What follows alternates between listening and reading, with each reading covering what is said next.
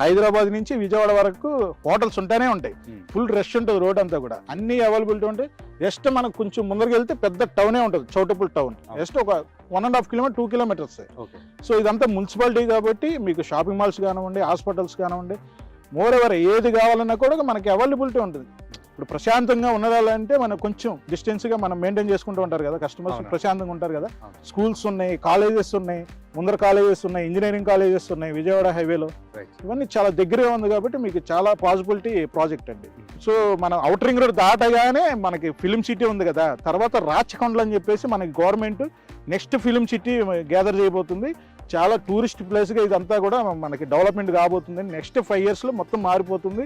Regional ring road and ఈ connectivity roads and green field highways వెళ్తున్నాయి.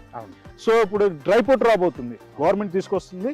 So dry port ఏంటంటే మనకి ఈ హైదరాబాద్కి మనకి సీ పోర్ట్ లేదు కాబట్టి ఇక్కడ డ్రై పోర్ట్ అనేది గవర్నమెంట్ టేకప్ చేసుకుంటుంది. సో మనకి మచిలీపట్నం టు హైదరాబాద్కి మంచి మంచి హైవేలు అనేది వస్తున్నాయండి. నెక్స్ట్ 5 to 10 yearsలో ఈ ఏరియాలో పెద్ద పెద్ద బిల్డింగ్లు చూడబోతున్నాం. ఆల్రెడీ గవర్నమెంట్ కూడా 30,000 acres ఎంక్వైరీ చేసింది ఇక్కడ. అట్లా కంపెనీస్ అనేది మనకి ఇక్కడ రాబోతున్నాయి.